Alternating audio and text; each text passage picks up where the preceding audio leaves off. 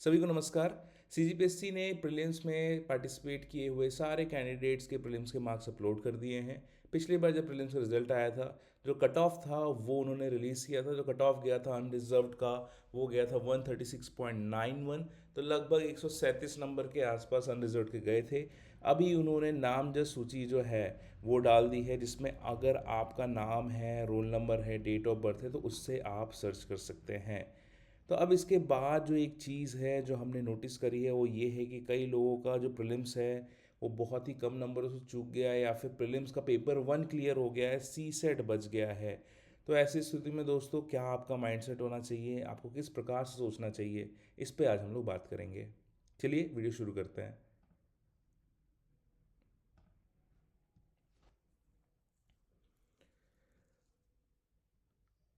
Video का title आ चुका है, अगर एक अंक से सीजीपीएससी प्री चूक गया है तो ये वाला वीडियो ज़रूर देखें।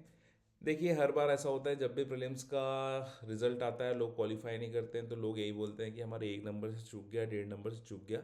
लेकिन वाकई में जिनका 5 से 10 नंबर से प्रीलिम्स चूक गया है, या फिर अंडर 5 मार्क्स से प्रीलिम्स रह गया है, उनके लिए पर्टिकुलर वीडियो है। तो उन सब टैलेंटेड स्टूडेंट्स को मैं एड्रेस करना चाहूँगा। मैं टैलेंटेड इसलिए बोल रहा हूँ क्योंकि हर किसी का दिन होता है, एंड सिविल सर्विसेज इस प्रकार के एग्जामिनेशन होते हैं कि बड़े से बड़े लोग को ये हम्बल करता है। ऐसा कोई भी डिप्टी कलेक्टर नहीं है, ऐसा कोई भी आईएएस नहीं है जो ये बोल सके कि मैं 100% कॉन्फिडेंट हूँ कि प्रीलिम्स तो मेरा होगा ही। इवन सर्विसेज में आने के बाद जब हम लोग कोई क्वेश्चन पेपर देखते हैं तो हमको लगता है कि शायद हो सकता है कि मैं अगर ये पर्टिकुलर एग्ज़ाम देता तो मेरा क्वालिफाई नहीं होता प्रीलिम्स। तो कोई बहुत बड़ी डील नहीं है। मैं हमेशा से कहते आया हूँ कि prelims is lack of luck, and mains clear ना होना is definitely a lack of skill. तो इस लक फैक्टर को क्या करना है, क्या माइंडसेट करना है, कैसे उभरना है उस चीज़ का। स्पेशली जो आपके माइंडसेट में अब ये आ चुका है, आपके थिंकिंग में ये आ चुका है कि I was this close, and मेरा जो दोस्त था जो मुझे लगता है कि मेरे से कम अच्छा परफॉर्म करता था एकेडमिकली, उसने बहुत अच्छे रैंक ला के डीसी बन गया, डीएसपी बन गया, क्लास 1 ऑफिसर बन गया। तो अगर काश वो 1 नंबर का क्वेश्चन या फिर वो 2 क्वेश्चन में नहीं अटेम्प्ट करता, या अटेम्प्ट कर लेती, तो मेरा भी सिलेक्शन हो जाता। तो इस प्रकार की विचारधारा से कैसे निकलें, कैसे डील करें, क्या अप्रोच होना चाहिए, इन पूरे प्रोसेस भर से आपका लर्निंग आउटकम क्या है, इसको हम लोग पता करते हैं। ठीक है। तो सबसे पहले जो गुड थिंग्स है इस पर्टिकुलर चीज़ के बारे में वो ये है कि देखो, यू आर ऑलमोस्ट देयर। आपका ऑलमोस्ट लेवल हो गया है। आपने जो भी स्ट्रैटेजी फॉलो करी है, कहीं से सीखा हो या खुद डेवलप करा हो, वो ऑलमोस्ट वर्क कर रही है। आपके साइड लक नहीं था, आप मेंस पे फोकस कर सकते हैं। आपका हार्डवर्क वेस्ट नहीं जा रहा है। पिछले बार 78 नंबर आए थे, इस बार 130 नंबर आए, लेकिन प्रोग्रेस तो हुआ है। पिछली बार बहुत लंबे से चूक गए थे कट ऑफ से, इस बार 2-3 नंबर से चूके हैं, तो आपने प्रोग्रेस तो किया है, आप उस लीग में आ गए। ठीक है। It's okay to miss the mark by 5 से 10 नंबर, कुछ नहीं होता है जी 5 से 10 नंबर से प्रीलिम्स चूकने से। ठीक है। इवन मेरा भी पहला प्रीलिम्स नहीं निकला है। इट्स गुड कि आपको पहले ही पता चल गया 2-3 महीने में कि आपका प्रीलिम्स नहीं निकल रहा है, तो आप अपने दूसरे प्रकार से तैयारी कर पाए, एंड आपके पास प्रीलिम्स और मेंस दोनों को इम्प्रूव करने का टाइम था। मेरे लिए जो गेम चेंजर था वो यही था कि अप्रैल से लेके पूरा का पूरा दिसंबर तक मैंने बहुत अच्छे से मेंस पढ़ा, क्योंकि मुझे पता था कि मेरा प्रीलिम्स क्वालिफाई नहीं हुआ है इस साल। मैंने बहुत अच्छे से पढ़ा, सिलेबस चेंज हुआ था तो मैंने नोट्स अच्छे से बनाए, मैंने पूरे पूरे मॉक टेस्ट लगाए। मेरे मॉक टेस्ट में, मेंस के मॉक टेस्ट में बहुत अच्छे नंबर आ रहे थे। एंड उसके बाद फरवरी में, मतलब मैं 2019 का प्रीलिम्स जो हुआ था फरवरी 2020 में, कोविड के जस्ट पहले, उसके पहले ही दिसंबर में मेरा पूरा का पूरा मेंस प्रिपेयर हो चुका था। Can you imagine. एंड उसके बाद 1 साल और मिल गया कोविड के लॉकडाउन में। एंड कहीं ना कहीं इसका बहुत बड़ा पार्ट है। तो मेरा जो डिसएडवांटेज था उसको मैंने अपने एडवांटेज की तरह यूज़ किया। तो अगर आपका भी प्रीलिम्स नहीं निकला है, उसको आपको तभी पता चल गया था कि आपका प्रीलिम्स नहीं निकल रहा है, तो आपने बहुत मेहनत की होगी। And I am very very positive कि 2024 में जो आपको विफलताएं मिली थी वो 2025 में सफलताएं बन के आपसे ज़रूर मिलेंगी। ठीक है। देखिए, कई लोग इतने लकी नहीं थे, उन्होंने प्रीलिम्स क्वालिफाई कर लिया, उनकी मेंस की तैयारी नहीं थी, उनको जाके अक्टूबर नवंबर में पता चला कि भाई इनका मेंस क्वालिफाई नहीं हुआ, या फिर इंटरव्यू के बाद पता चला कि इस बार कोई उनको पोस्ट नहीं मिल रही है। तो उनको ऑलरेडी आप 5 से 6 महीना आप इमेजिन कर सकते हैं कि इस एग्जामिनेशन साइकिल में वेस्ट हुआ। तो आप ब्राइटर साइड में देखिए, आपका 5 से 6 महीना आपको एक्स्ट्रा मिले बिना किसी प्रेशर के। ठीक है। मैंने जैसे बता दिया कि प्रीलिम्स क्लियर नहीं हो तो मुझे पता चल गया कि मैं बहुत ज़्यादा भाग्यवान तो नहीं हूँ। मुझे मेहनत करनी पड़ेगी अपने भाग्य को मोड़ने के लिए। ठीक है, जब लक आपके साइड में नहीं होता है तो hard work is the only solution. अब इसमें क्या है कि हर चीज़ तो अच्छी होगी नहीं। अब प्रीलिम्स नहीं क्लियर हुआ है तो कुछ ना कुछ तो दिक्कत रही होगी जी आप में। तो पहला तो ये है कि भाई आपने कुछ ब्लंडर किया जो कि ईजिली अवॉइड किया जा सकता था। आप सिली मिस्टेक करते हैं उन 2 घंटों में। आपको अपने 2 घंटे वाले गेम में भाई काम करना पड़ेगा। हर चीज़ पढ़ाई से नहीं बनती है, आपको थोड़ा सा स्ट्रीट स्मार्ट भी बनना पड़ेगा। क्योंकि यूपी पीसीएस के जिस प्रकार के हम क्वेश्चन देखे हैं, वो राष्ट्राध्यक्ष वाला जो क्वेश्चन था, कंट्री का हेड वाला क्वेश्चन था, वो हम रट नहीं सकते हैं कि वियतनाम में कौन सा नया अपॉइंटमेंट्स हुए हैं, कंबोडिया में कौन सा हुआ है, लाओस में कौन से हो गए हैं, है ना, नाइजीरिया में कौन बना है प्रेसिडेंट। ये सब हम नहीं प्रिपेयर कर सकते हैं। यूएस का कौन बना है, रशिया का कौन बना है, चाइना का कौन बना है, जापान का कौन बना है, इंडिया का कौन बना है, पाकिस्तान, श्रीलंका, नेपाल, बांग्लादेश, इनका समझ में आता है, बाकियों का समझ में नहीं आता है। तो हर चीज़ नॉलेज से बीट नहीं होती है, कुछ में आपको स्ट्रीट स्मार्ट भी होना पड़ेगा। आप फिगर आउट करिए कि भाई क्या गलत हो गया। जैसे जब मेरा प्रीलिम्स क्लियर नहीं हुआ था तो मेरे को बड़ी दुविधा थी मेरे साथ, क्योंकि मेरा सीजीपीएससी प्रीलिम्स क्लियर नहीं हुआ था जिसमें 1,500-2,000 लोग क्वालिफाई करते हैं हर साल।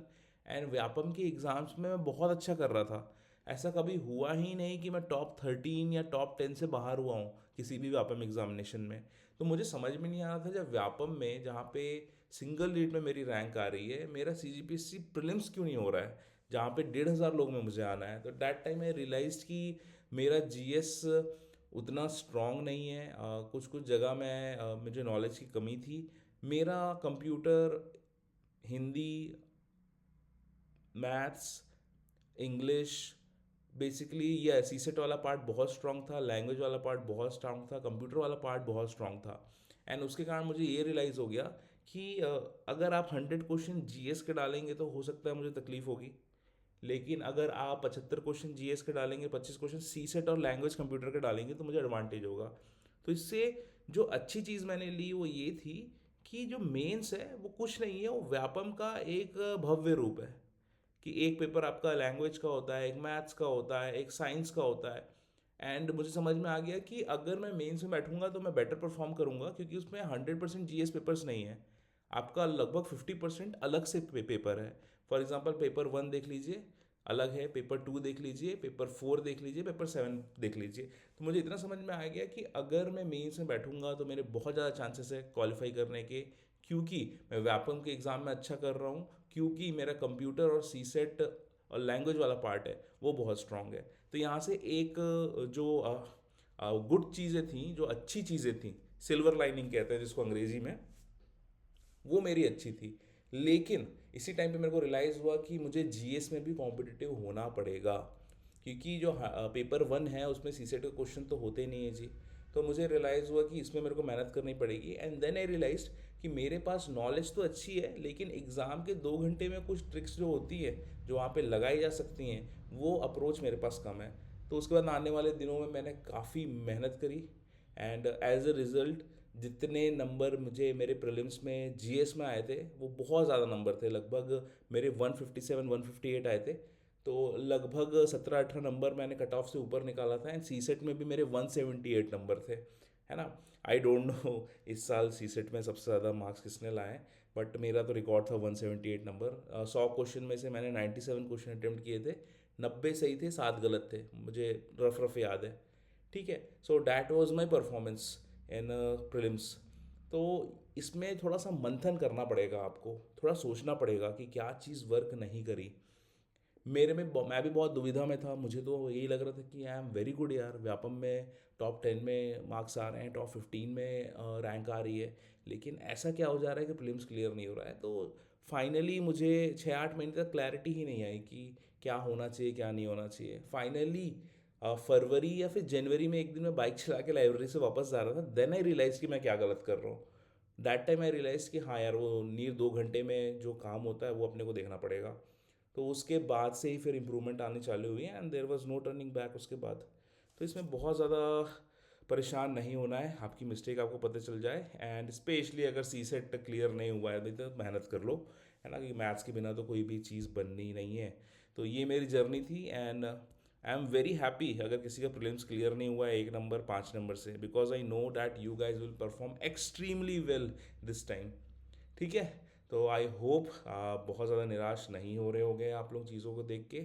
चीज़ें सामने हैं, चीज़ें बाहर हैं, आपको बस ध्यान रखना है कि आप डिमोटिवेट ना हो, और इन पर्टिकुलर प्रोसेस से, इन पर्टिकुलर इवेंट से जो लर्निंग आउटकम हो सकता है कि हमने क्या सीखा, कि ये चीज़ आपको क्लियर रहे। ऑलराइट, चलिए मिलते हैं नेक्स्ट वीडियो के साथ, most probably current affair video. तब तक के लिए आप पढ़ते रहिए एंड बीच में चैनल चेक करते रहिएगा, कुछ बहुत बेहतरीन इनपुट्स, कुछ माइंडसेट पे हम ज़्यादा बात करेंगे कि जितना आपने रट लिया है that is okay, but I think इस एग्जामिनेशन में माइंडसेट ज़्यादा इंपॉर्टेंट हो जाता है फैक्चुअल नॉलेज से। ठीक है, I hope you all guys are doing very well. मेरे तरफ से नववर्ष की आप सबको बहुत बहुत शुभकामनाएं। थोड़ा सा देर आए हैं लेकिन दुरुस्त आए हैं, एंड आई होप कि ये जो नया साल है आपके और आपके परिवार के लिए मंगलमय हो, आपको बहुत सारे खुशियों का कारण दे, and at the end of the process कुछ हुआ तो आप लोग के जो 2-4 मैसेज आते हैं एग्जामिनेशन क्लियर करने के बाद, they make my day, they make me feel very happy.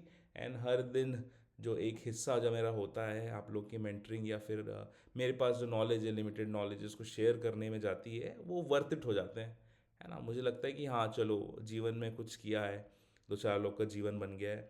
ठीक है, चलिए मिलते हैं नेक्स्ट वीडियो के साथ। All the best, keep studying, जय हिंद।